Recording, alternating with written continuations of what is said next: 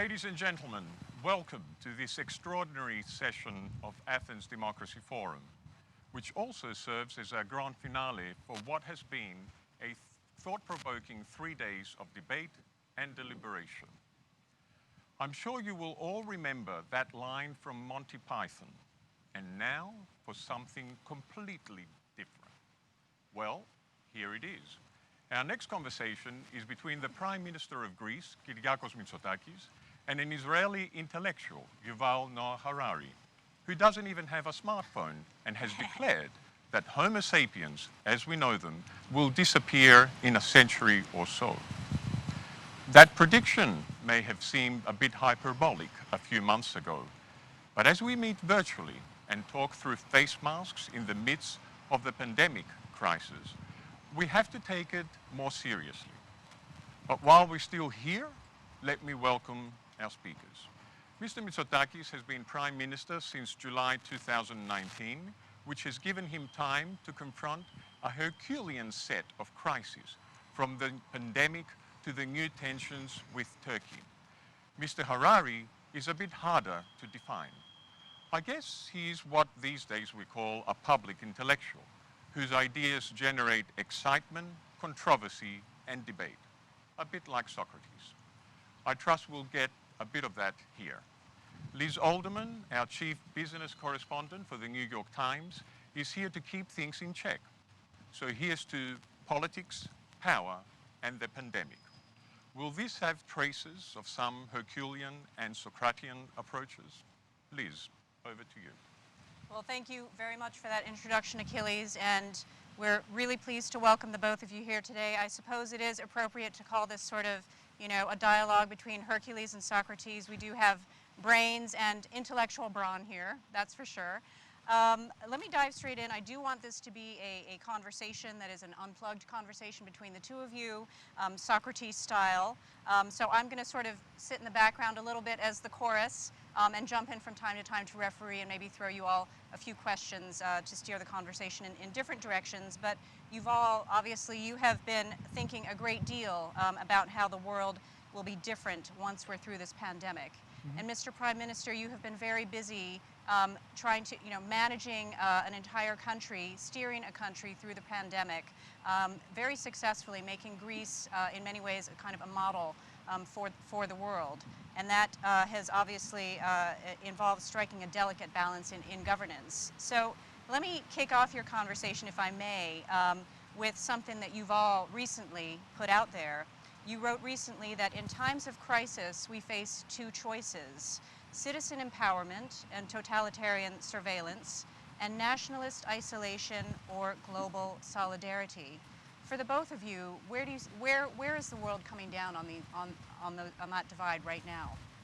Yuval, do you want to take that? Oh yeah. Well, I think it's a bit too early to say. I mean, we are still in the midst of the crisis, and we probably haven't seen the worst. Not in terms of the pandemic itself, and certainly not in terms of the economic and political fallout.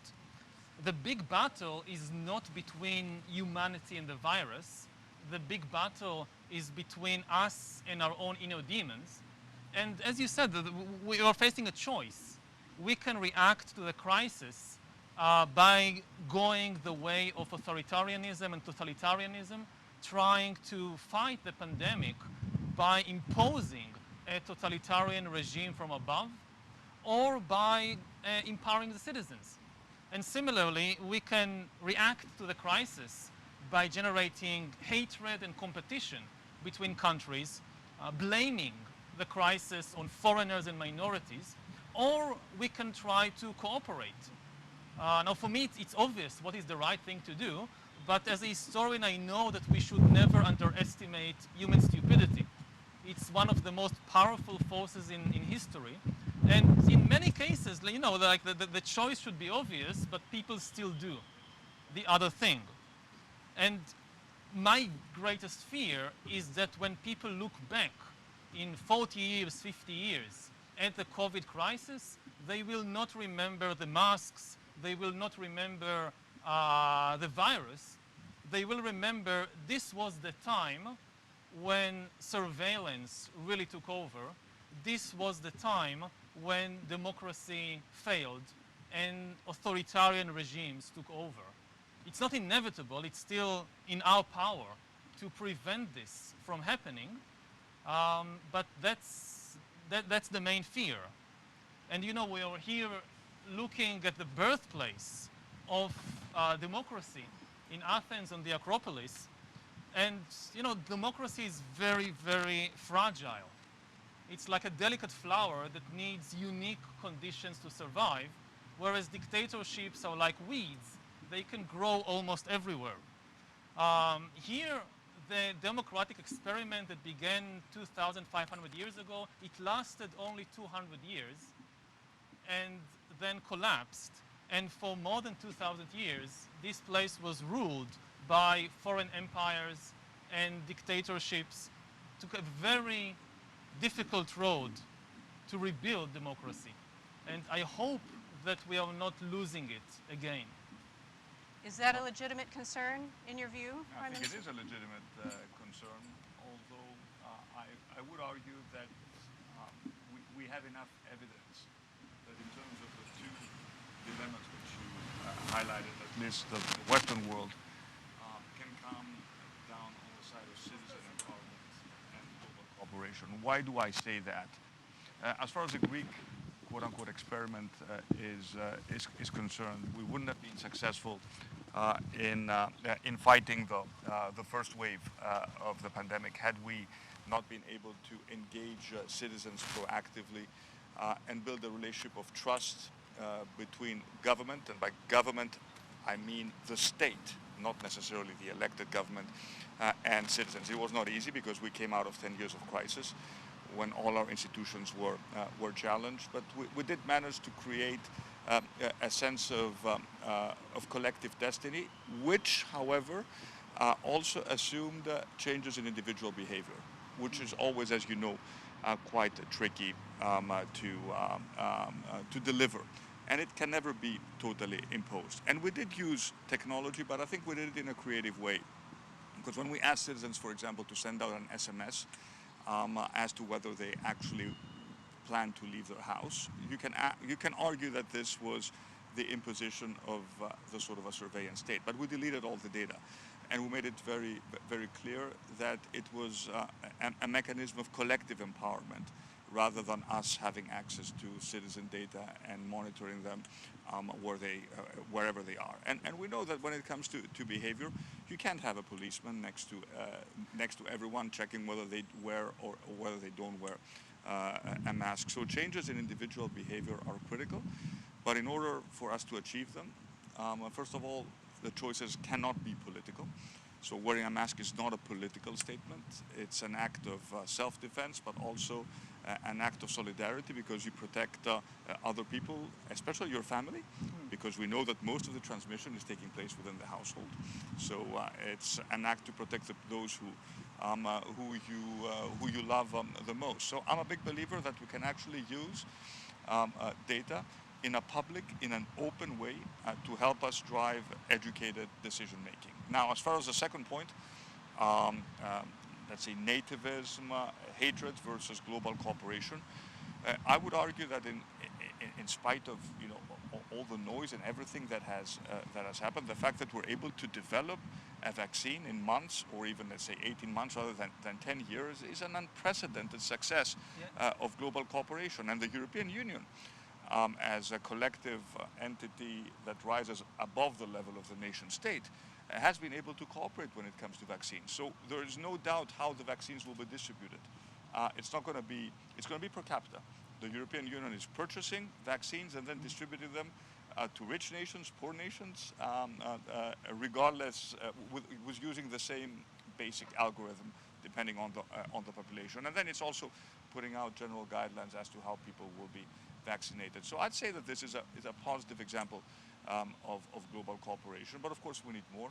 We had a very interesting discussion yesterday at the Council, how we can facilitate travel, how we can have unified rules, how we can make sure we have same guidelines or same yardsticks. So as far as the West is concerned, because the East, that's a different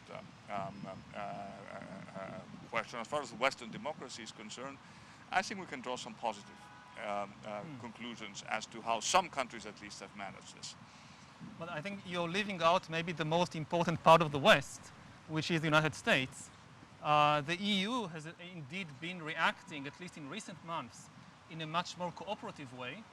But the United States, which was traditionally, for decades, the leader of the free world and the leader of the West, is no longer leading anybody, hardly leading even itself. Whereas in previous crises, the US was at the front, whether it's the 2008 financial crisis or the Ebola epidemic. Now it's nowhere to be seen in terms of global cooperation. Actually, the US administration has even abandoned the US itself, basically the central government telling states and mayors and municipalities, you deal with it yourself. And what is the future that you see for the Western world in this crisis and in future worse crises to come, global warming, the rise of AI, if the United States is really abdicating its job as leader? I think you raise a fair point, although I don't think that in the medium or in the long term this is going to happen, because I simply believe that what we used to call for 70 years, the transatlantic alliance, is simply too strong to be destroyed as far as its foundation is concerned. And when it comes to this level of leadership, I think that it also places a burden on us Europeans to make sure that we get our act together and that we do take decisions at the European level which will exercise our collective power. We are probably the largest economic, collectively the largest economic power in the world. As far as data protection is concerned, we are at the forefront of establishing what I think is an appropriate balance between making sure that we don't put a block or a constraint on technological progress, while at the same time protecting data privacy. And of course, this is constantly going to evolve, because we're just scratching the surface of the challenges that we will face. And when it was necessary, 2 months ago, we delivered a big package of economic support to member states, which went way beyond what many people expected the European Union could do. But I do think that there's going to be a new chapter as far as our relationship with the US is concerned, which is not necessarily related to the outcome of the election. And let me wish President Trump and his wife all the best in fighting this virus. And if there's one point which I would take out of this sad story, is that in that sense the virus is very democratic. It doesn't make any exceptions. It can affect all of us, from the most powerful person in the world to people who would consider themselves underprivileged. So let's see how this thing is gonna play out. But I wouldn't write off 70 years of institutional building completely, because the U.S. over the past years has followed a slightly different approach. Let me steer you both, if I can, to a point that the both of you just brought up in that conversation: the economy and the impact of the pandemic. I mean, this is obviously a huge sort of turning point in human history in many ways. You mentioned, Prime Minister, obviously the social and economic support that European countries and indeed other countries around the world are bringing to their economies, to their citizens. But at the same time, what would you say is the lesson that we have learned so far about the trade-off between trying to keep economies open and really because the more they're closed, the more they are devastated and jobs lost, and the trade-off between trying to maintain public health? We're looking at possibly a huge wave of mass unemployment that could be with us for a long time. How are we going to manage this challenge? Well, when the first wave hit, when we didn't know much about the virus, the choice was very clear. We had to lock down, and we took the decision very, very early. And it was clearly the right decision, because we managed to crush the virus during its first wave. But we knew that we had to take that decision at that time, because we needed time to learn more about the virus and also strengthen our healthcare system. But we also knew that this would have a devastating economic impact although I must say that in a globalized world, even countries that didn't do a full lockdown, such as Sweden, ended up paying the economic price. But I think there's a general agreement amongst at least European countries that it is very difficult, almost inconceivable, to go to a second full lockdown. And we're much smarter now, so we can do localized lockdowns. We use contact tracing in a much smarter way. We do much more testing. We can be much more effective in contact tracing. But there is still a big question mark. And the question mark is, can we manage to live with the virus while maintaining economic normality without a full lockdown and without putting too much strain on our healthcare system? I think no one has the answer yet, because we still have 3 or 4 very difficult months. So we hope, and we're very optimistic that we won't need to take drastic measures along the lines of what we did. But can anyone tell you with certainty? The answer is clearly no.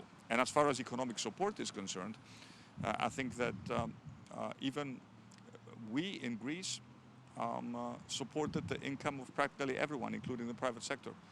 This is essentially the welfare state on steroids, what we did. And we actually made it very clear that we need to spend money to support the weaker members, those who will be hit the hardest, low-paying jobs, jobs in the hospitality sector, which was hit very hard during the summer because of tourism. And we can afford to do it. We will be able to do it for some time, but obviously we cannot do it forever. So we are very concerned with, and we watch very carefully the numbers as we enter into the fall and the winter. We're lucky in Greece. We can still be outdoors for quite some time.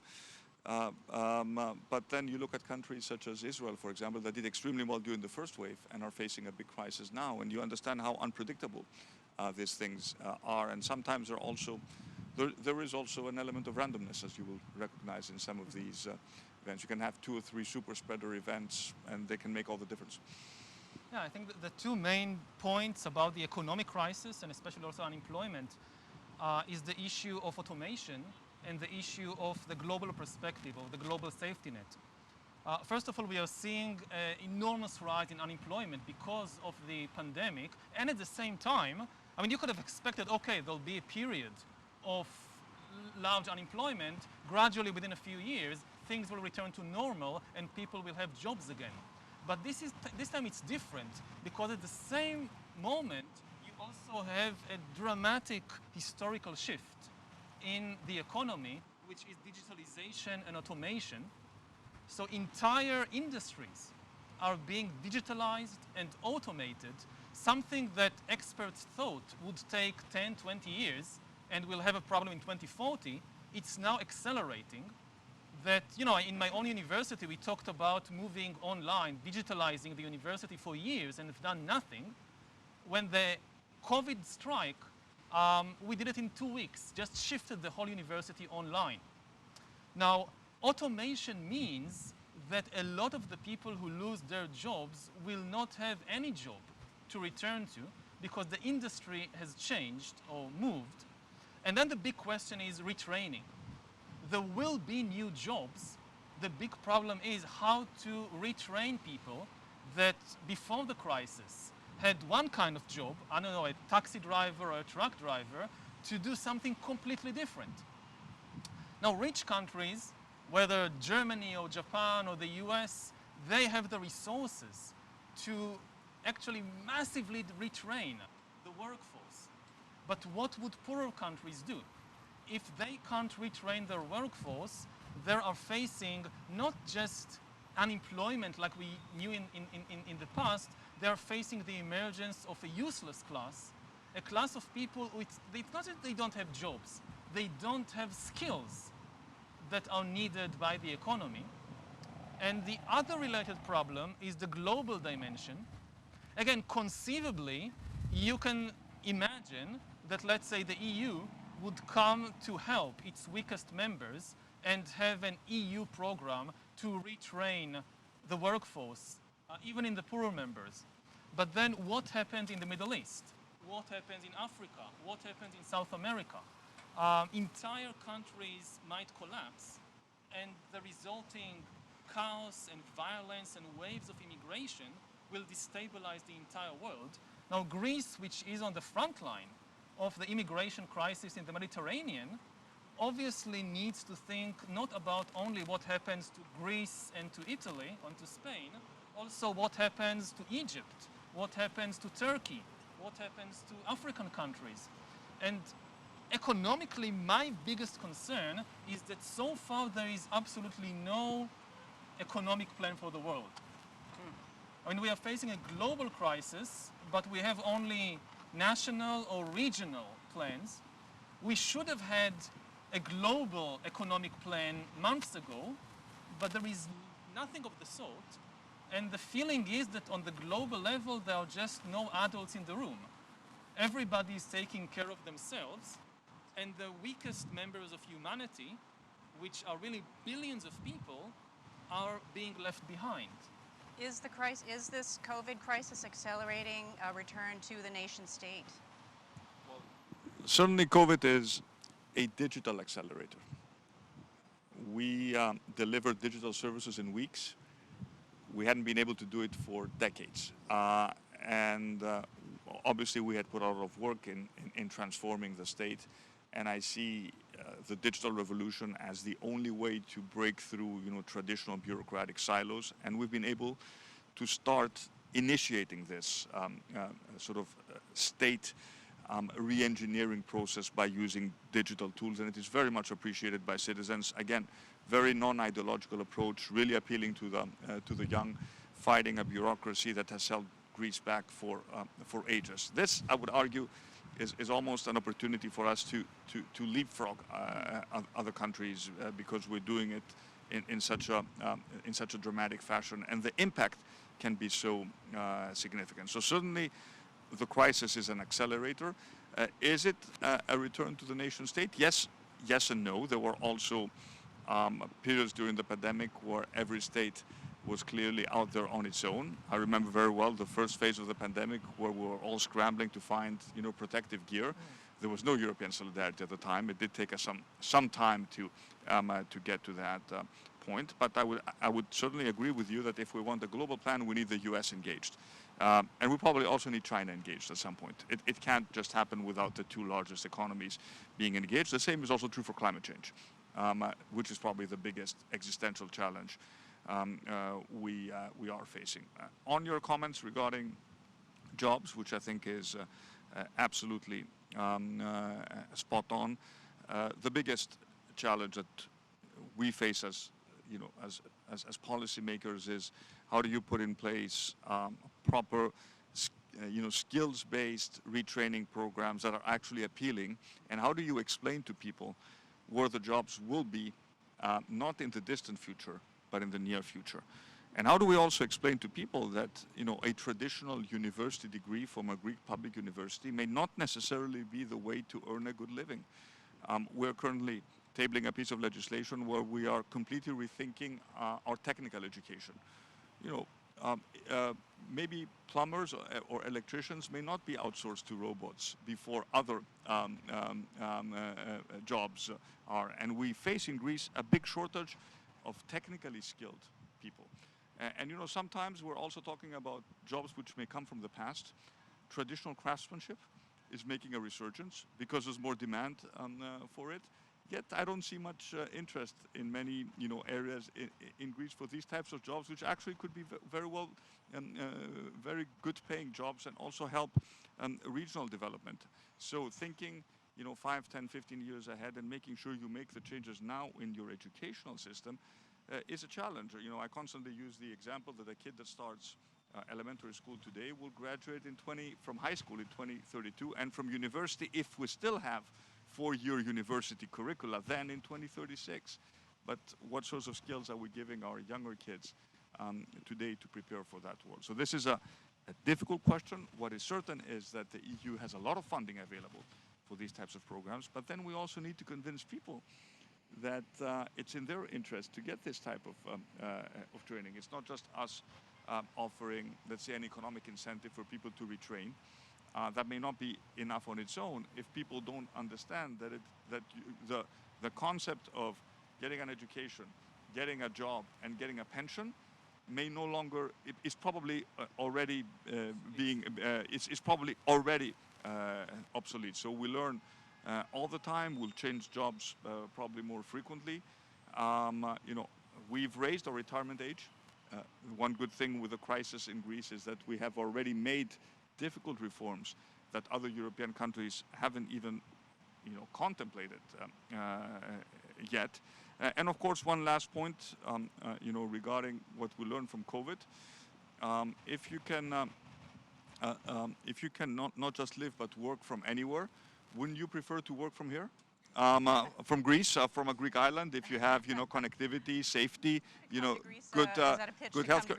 It's not just a pitch to come to Greece, it's a pitch of why Greece has a significant comparative advantage, because in this new and changing world, aspects such as, quality of life become that much more important. So there will be winners and losers. There won't just be losers as a result of the COVID disruption. And, my job is to make sure that, we're a medium-sized country. Of course, we want to contribute to the global dialogue, but my responsibility as the Prime Minister of Greece is to make sure that we're on the side of those who come out stronger after COVID.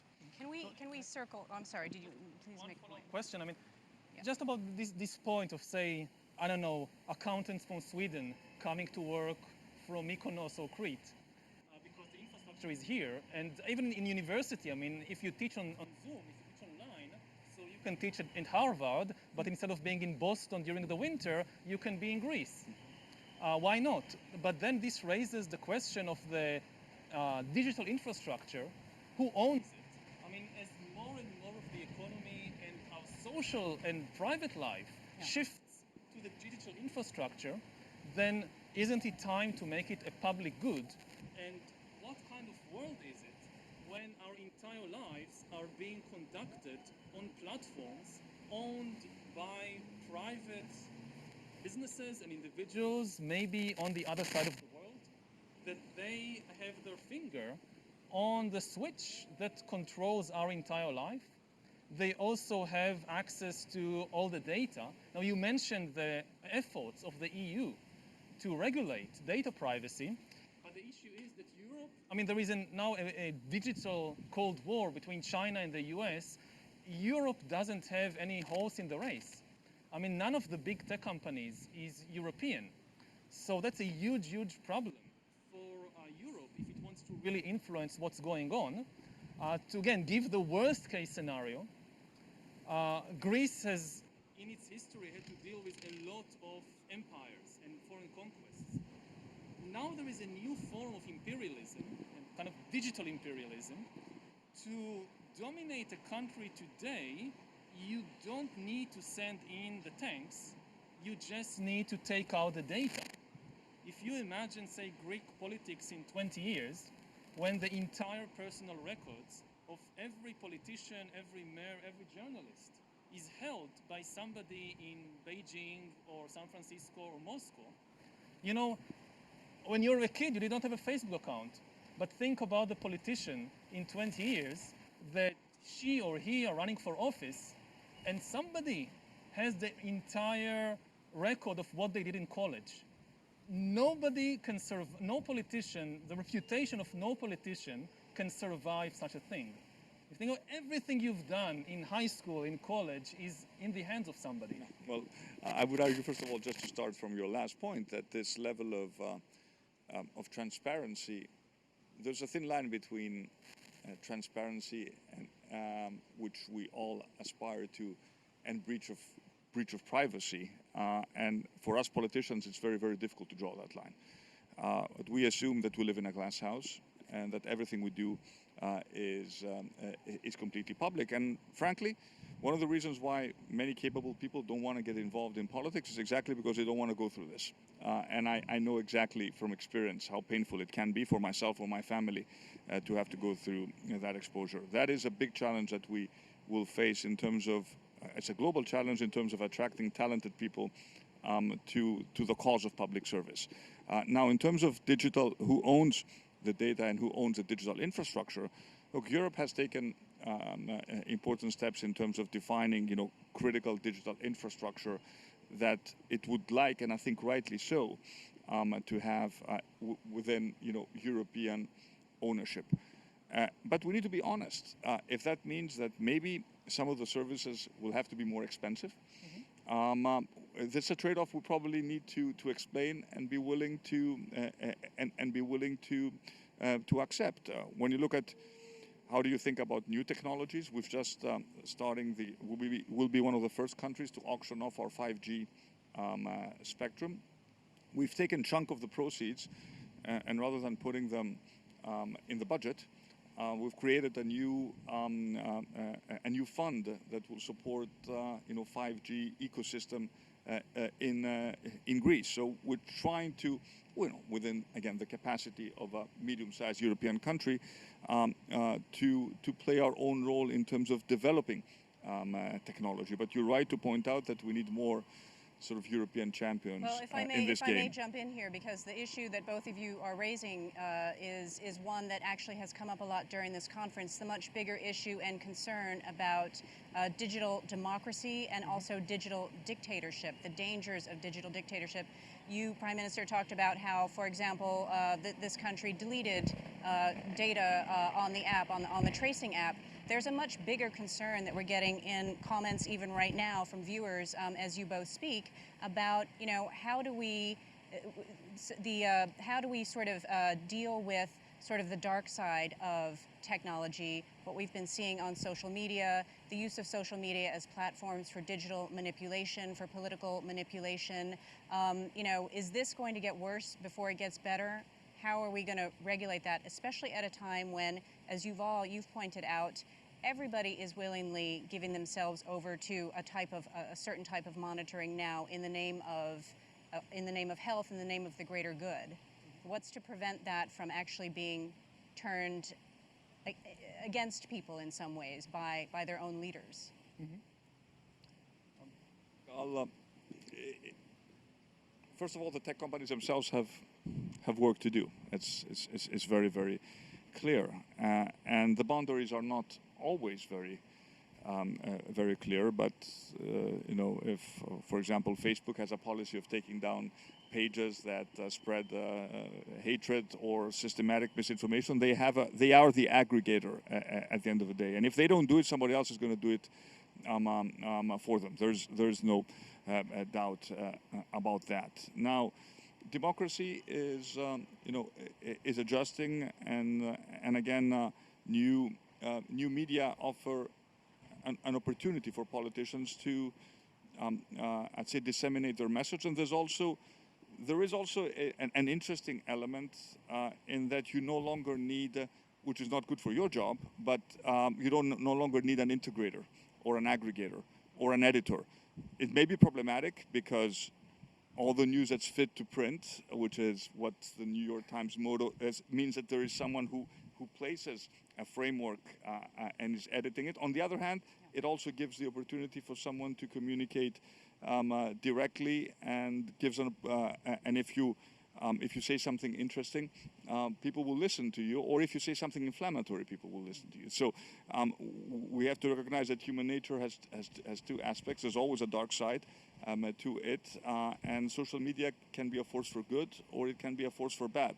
I don't have an obvious answer on how you regulate it, short of imposing total control and becoming, which is not obviously what I advocate, which is what some countries do, and having full state control over what happens, when it happens, and what people listen to. That is not an option for Western democracies. But it is very clear that at some point you need a filter, and it's either going to be at the level of the big tech companies, or it's going to be probably at a higher level. Maybe both would have to take place at the same time. I think the key issue is the emerging ability to hack human beings, which was never the case before in history.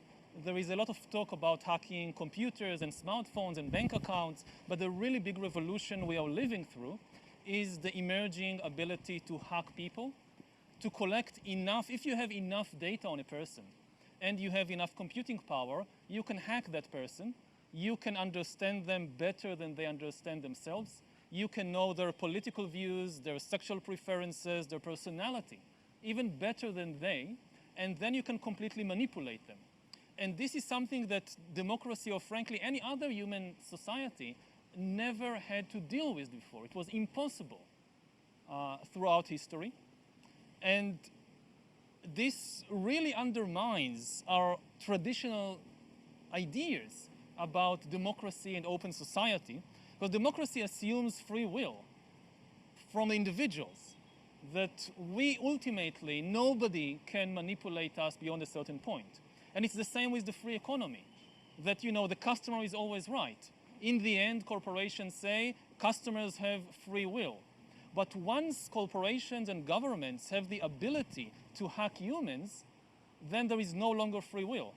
They know how to manipulate me. And we're seeing it happening now on a small scale, but increasingly on a big scale. And you know, you have the smartest people in the world coming out of Harvard and MIT and Stanford over the last 10 years, working on the problem of how to make you click on ads. And they succeeded because they hacked our brains.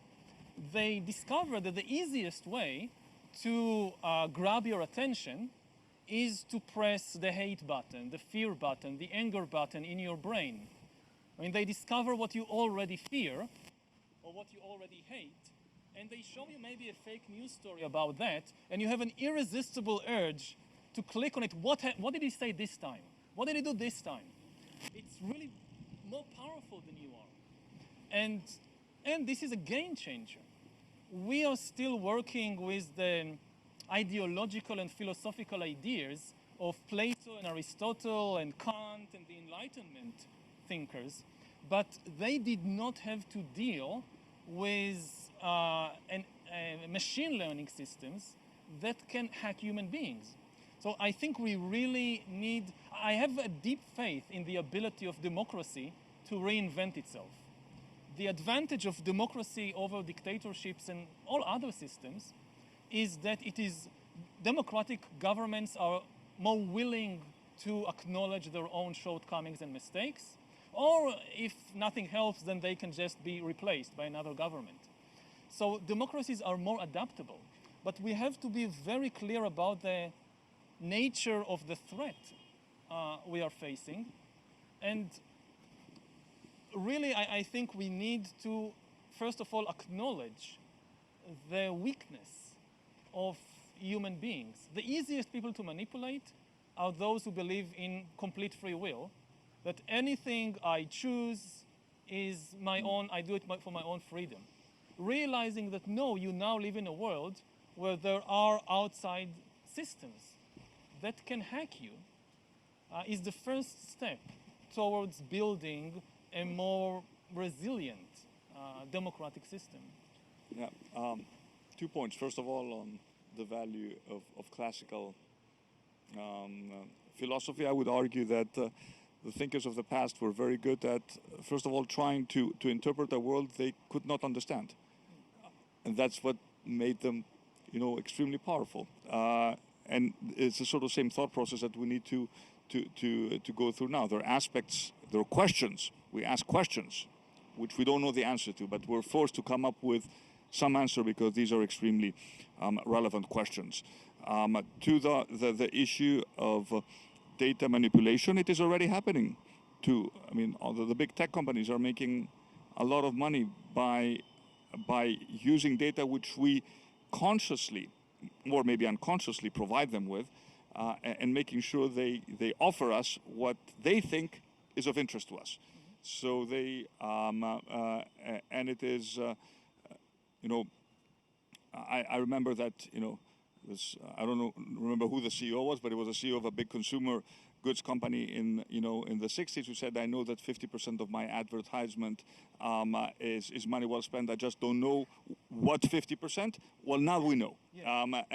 And that of course is data that can also be used. It can be used by private companies, but it can also be used by the state. And if the state is, first of all, has the obligation to make data available publicly, I'm a big believer in open data to the extent that it is non-personalized, because that data can be a force for good, because there's lots of technologies that are also being developed. We talk about AI, and let's say, and you've written on this, and about autonomous driving.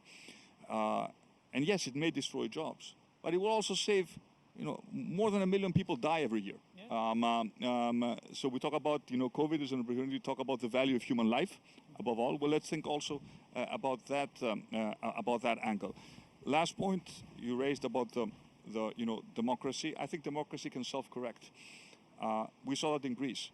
After 10 years of populism, we have a government now that is, I would term, a liberal, moderate, reform-oriented government that wants to make, big changes and that enjoys a great degree of public support. Would that have been possible 5 years ago?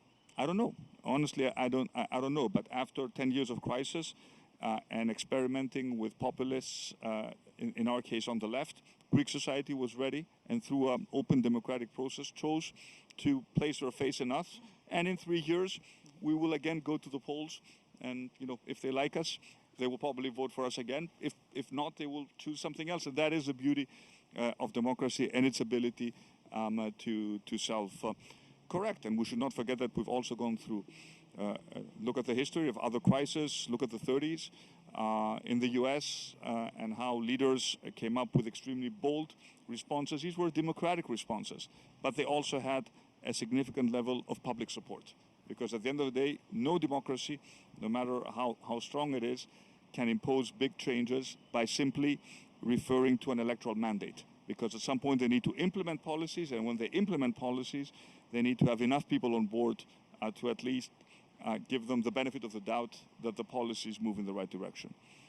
So it sounds like the both of you do have faith that democracy and democratic systems will overcome these challenges. At the same time, for example, I'm getting a lot of questions from our viewers on, once again, this issue of the rise of autocratic regimes, however, around the world. Mm-hmm. And again, the role that technology is playing in sort of, telegraphing that message in a sort of an exponential way.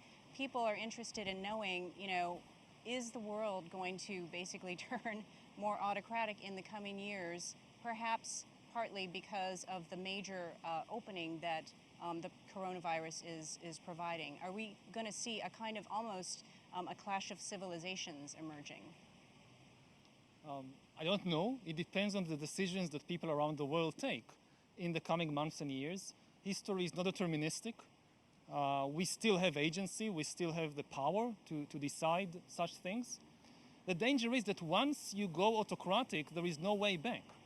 I mean, again, the big advantage of a democracy, yes, democracies sometimes are more slow because it's not about convincing one person. You need compromise, you need to convince a lot of people, but if they make a mistake, it's much more easy to acknowledge it and try something else. With an autocratic regime, whenever they make a mistake, they just can blame others, demand even more power for themselves. And once the authoritarian regime is in power, under modern conditions, it's extremely difficult to shake it off from within. If you look at truly totalitarian regimes, like Nazi Germany or the Soviet Union, they could not, no matter how bad they were, it was impossible to overthrow them from within. They could be overthrown only from above, like in the Soviet Union, when the leadership itself decided that it's time to try something else, or from outside, like in the case of Nazi Germany, but not from within. And this is, it's kind of, once people make the choice, let's try an authoritarian regime, it's not let's try, it's for life in many cases. So it's an extremely dangerous path to go. And unfortunately, there are many countries now on the verge of making this dangerous choice. I think the big challenge will be reinventing the state within the democratic context, because the pandemic has proven that the state is important, and especially in times of crisis, has a big role to play, and it cannot be replaced either by individual free will or by the markets. That, I think, was a very clear lesson of the pandemic. And I think that there are clearly competing visions of how to organize societies. And one should, and I'm speaking from the perspective of a democratic leader, we have an obligation to at least look at what's happening in the East. First of all, the first thing that we see, and I think Eastern societies, and I'm talking about democratic societies in the East, have been much better at imposing what we call social discipline. Mm-hmm. And there's a question to be asked, why is this happening? What is their set of priorities? What is their set of values? Why do they value maybe human life and what you call free will discipline? I'm try to be very careful in what in my terminology, over the right to party, for example. And they've been more successful. We should be very honest with that. There are also aspects of good governance that are interesting. Do we have? This is going to be provocative. This is a question I'm raising, but it's provocative. If Singapore pays its civil servants, but also its ministers, very high salaries that are competitive with the private sector, is there? Could this ever happen in the West? If it doesn't happen, and I'm not sure it will happen, then you need a different calling for public service.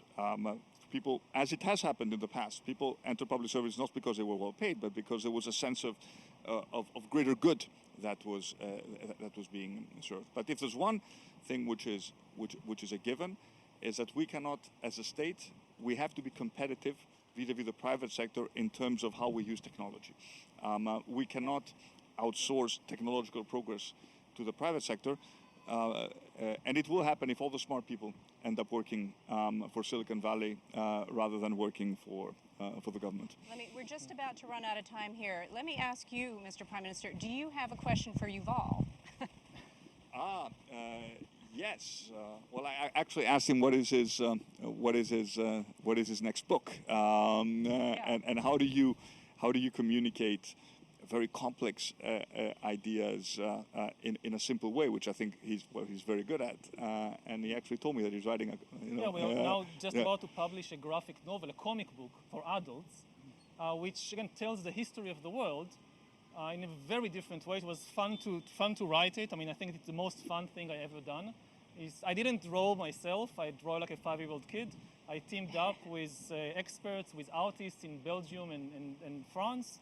And it's just coming out. And the idea is, to bridge the gap between the scientific community and the general public, to provide people with the latest findings of science, but in a fun, engaging way, with comics, with fictional characters. So I hope it's good.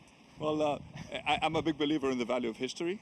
And if you want to read one text, if one wants to read one text which is relevant given the context, revisit Pericles' funeral oration, which was written at a time when democratic Athens was struck by plague. And it's a magnificent eulogy to the power of democracy in a time of crisis. Well, that is an excellent advice and the perfect note for us to wrap up on. Thank you both very much for being here, for sort of sharing your views. There was some desperation, a lot of worry, that has been coming up during this extraordinary period. But the both of you have also given a lot of hope and hopefully a way forward. So thank you very much once again for joining us. Thank you. Thank you.